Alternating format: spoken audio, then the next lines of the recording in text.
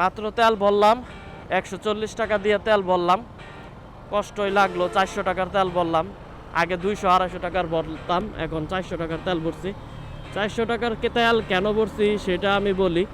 400 টাকার তেল ভরার কারণ হচ্ছে আগে যেই তেল 250-300 টাকা পাইতাম, এখন সেই তেল 400 টাকায় পাওয়া যায়। মানে এখন সেই তেলই ভরছি, টাকা আর কি বেশি লাগছে। আর একটা আতঙ্ক কখন জানে আবার তেল না পাই। আবার ঢাকাতে ওদিনকা যে আমি লাস্টের আগের ভিডিও দেখাইছি, ওই ভিডিওতে আমি এয়ারপোর্টে ফুয়েল পাস বাধ্যতামূলক থাকা সত্ত্বেও আমি ওখানে ফুয়েল পাস ছাড়া তেল নিতে পারছি। কিন্তু আজিমপুরে আমি কালকে ফুয়েল পাসের জন্য তেল নিতে পারি নাই, আমার দেয় নাই। তো ঢাকাতে গেলে তো তেল পাবো না, এই কারণে গাজীপুর থেকে একটু বেশি টাকারই তেল নিয়ে নিছি। আমার ট্যাঙ্কি আরও 3-4 লিটার তেল ভরলে ট্যাঙ্কি ফুল হয়ে যাইতো, কিন্তু অত টাকার আসলে ভরার মতো টাকা আমার কাছে ছিল না।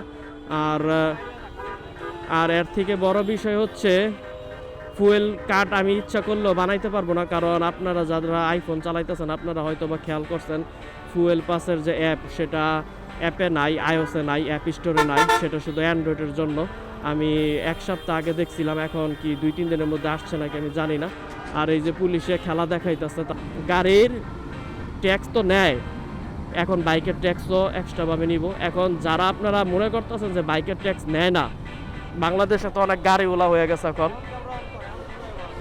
বাংলাদেশে তো এখন অনেক গাড়িওয়ালা হয়ে গেছে, যেহেতু অনেক গাড়িওয়ালা হয়ে গেছে তারা বাইকের খবর আসলে জানেন না, বা আমরা যারা বাইক চালাইতেছি তারা বলতেছেন আমাদের করের বিষয়টা, কিন্তু আসলে এই সত্য কথা যেটা সেটা হচ্ছে আমরা কিন্তু এখনও ট্যাক্স যেটা কর ওইটা কিন্তু এখনও আমরা প্রতি বছর দেই।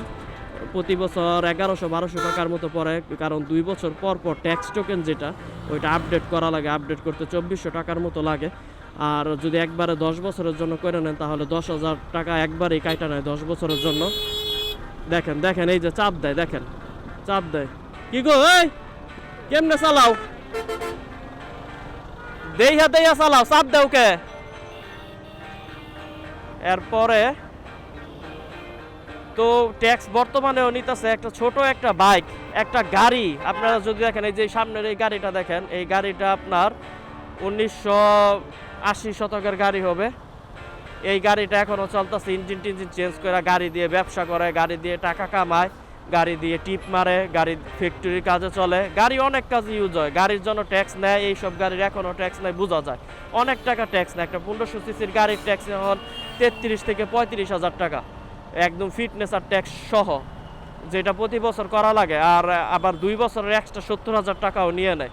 আবার এর মধ্যে দালালের কমিশন আছে, সেই টাকা আছে। আবার যা সিরিয়ালে যায় দাঁড়াই থাকা লাগে, ওখানে দাঁড়াই থেকে আবার ঘুষ দিয়ে সিরিয়ালের জন্য ঢুকা লাগে। এরপরে ওই ঘুষের টাকা আবার বিআরটিএর লোকেরা নেয়। কত দিক দিয়ে টাকা যাইতেছে, কত দিক দিয়ে, সেগুলো আমাদের বাংলাদেশ সরকার আগেও দেখে নাই। আমি ভাবছিলাম এই আশা নিয়ে ভোট দিছিলাম এই সরকারে, যে সে ইয়ং লোক বিদেশ থেকে আছে, সে হয়তো বা বুঝবে, কিন্তু আল্লাহর দুনিয়া সেও বুঝে না। সে উল্টা আরও কেমনে বাইকের মধ্যে ট্যাক্স লাগাইবো, কি করব না করব সেই ধান্দায় আছে। এখন মনে হইতেছে যে আগেও আমি ভোট দেই নাই কখনো, এইবার ফার্স্ট ভোট দিছি, এটাও আমার ভোটটা বৃথা গেছে। এখন আমার এটা মনে হইতেছে খুবই কষ্টকর আসলে বিষয় এইসব। আর বাইকের ট্যাক্স সে 5 থেকে 10,000 টাকা বাড়ানোর কল্পনা করতেছে, ভাবতেছে 5 থেকে 10,000 টাকা কি, এটা যেই ট্যাক্স এখন বর্তমানে আছে প্রতি বছর 1100 টাকার মতো পড়ে, 1100-1200 টাকার মতো পড়ে, এটাই কেটে দেওয়া উচিত। আর এটা থাকলে তো বোঝা যায় যে এটা আছে, আর একটা টাকাও এটার উপরে এক্সট্রা অ্যাড করা উচিত না, একটা টাকাও। টাকা তো বহুত পরের বিষয়, 5,000-10,000, একটা টাকাও এটার সাথে অ্যাড করা উচিত না।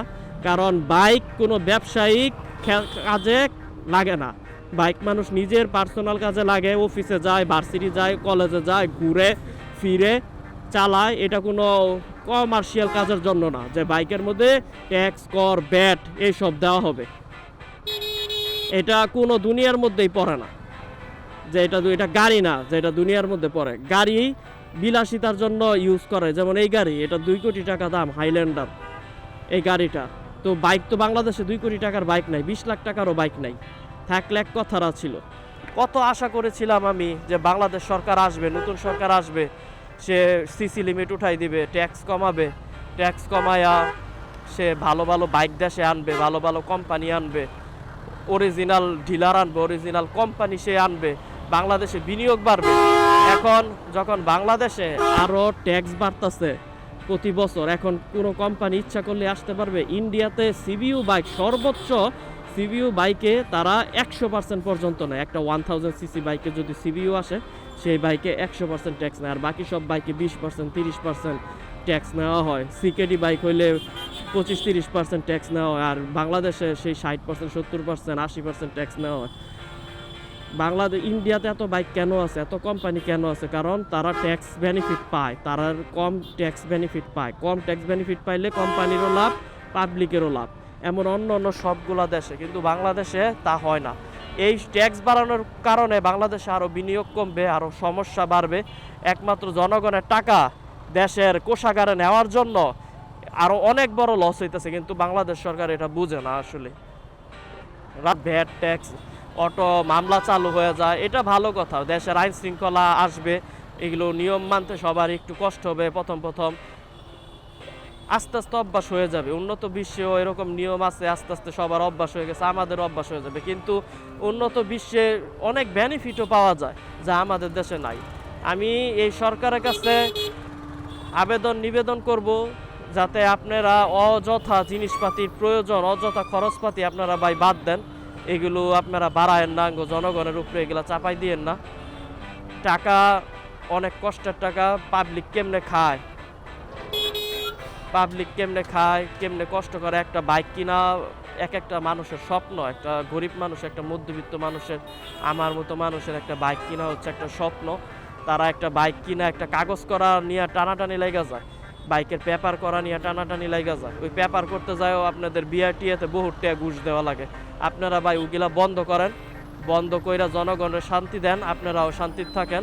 এই ব্যাড ট্যাক্স এগুলো ভাই বন্ধ করেন আপনারা দয়া কইরা, এগুলো কাহানি সৃষ্টি করেন না। এখন আপনি করলে তো দিতে হইব, কিছু তো করার না। এই যে তেলের দাম বাড়াইছেন, দিতাছি না, মাত্র 140 টাকা করে তেল ভরছি, দিতাছি না। আপনি মানেন আর না মানেন, যতটুক না সংকট ছিল, এত বেশি ক্রাইসিস সৃষ্টি কইরা আপনারা তেলের দাম বাড়াইছেন। লিটারে 20 টাকা করে বাড়াইছেন অকটেনের দাম। কেন বাড়াইছেন? কারণ আপনার মতে অকটেন হচ্ছে লাক্সারিয়াস প্রোডাক্ট। ডিজেলে 15 টাকা বাড়াইছেন, কেন 5 টাকা কম? কারণ ডিজেল হচ্ছে এটা কমার্শিয়াল প্রোডাক্ট, এটা বাড়লে আরও জিনিসের দাম বাড়বে, তাই আপনারা এটাতে 15 টাকা বাড়াইছেন। আর প্লেনে তো আল্লাহ দিলে 100 টাকার মতো বাড়াইছেন, কারণ ওইটা আরও লাক্সারিয়াস।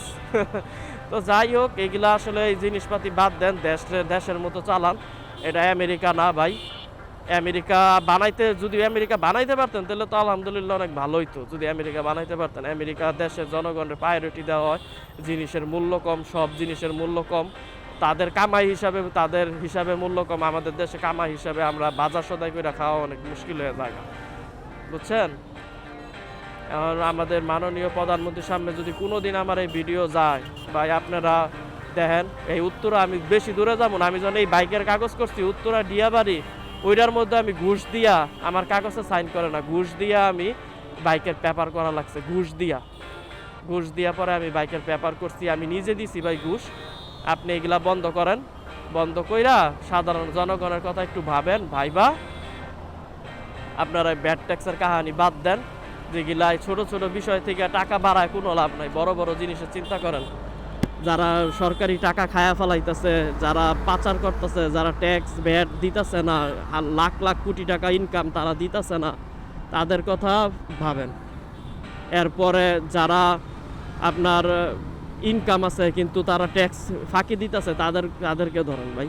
এই বড় বড় ফ্যাক্টরি, এই নর্মাল মানুষ, কর্মজীবী চাকরিজীবী মানুষেরা তারা কয় টাকা কামায়, কয় টাকা বা ব্যাড ট্যাক্স ওরা চুরি করে। যারা এই বড় বড় শিল্পপতি, ওরা হাজার হাজার কোটি টাকা কামায়, 100 কোটি টাকা ব্যাড ট্যাক্স চুরি করে। তাদেরকে ধরেন। বড় বড় জিনিস খেলেন, ছোট ছোট জিনিস খেলেন না। ছোট ছোট জিনিস দিয়ে খেলা আপনি নিজে ছোট হইবেন, বড় হইতে পারবেন না। বড় বড় জিনিস দিয়ে খেলেন, আপনিও বড় হইবেন, দেশেরও উন্নতি হইবে। দিন আন্দোলন করছি জানের রিস্ক বাদ দিয়া, এখন চাচা, ওই মামা কেমনে চালাও? হ্যাঁ, আপনি যে চাপ দিচ্ছেন গাড়ির তো লাগা যাইতো, আর অটো চাপ দিচ্ছে, অটোত লাগাই দিতেন। আপনি লোহার বডি, অটোত লাগাই দিলে কি হইব? এখন আমাদের মাননীয় প্রধানমন্ত্রী ভাই, আপনি প্লিজ আমার কথায় রাগ করেন না। আপনি দয়া করে ভাই, একটা ভালো প্রধানমন্ত্রী সেই হয় যে জনগণের কথা শুনে। জনগণ অনেক কিছু বলে, আপনি যদি জনগণের কথা শুনেন, আপনি ভাই জনগণের কথা শুনেন, জনগণ কি চায় তাই করেন। আপনার দেশের জন্য কিছু করেন, জনগণের জন্য কিছু করেন। আপনি ট্যাক্স বাড়ান, যদি ট্যাক্স বাড়ান, এটা জনগণের বিপক্ষে যাবে, এটা কিন্তু জনগণের জন্য ভালো কাজ না।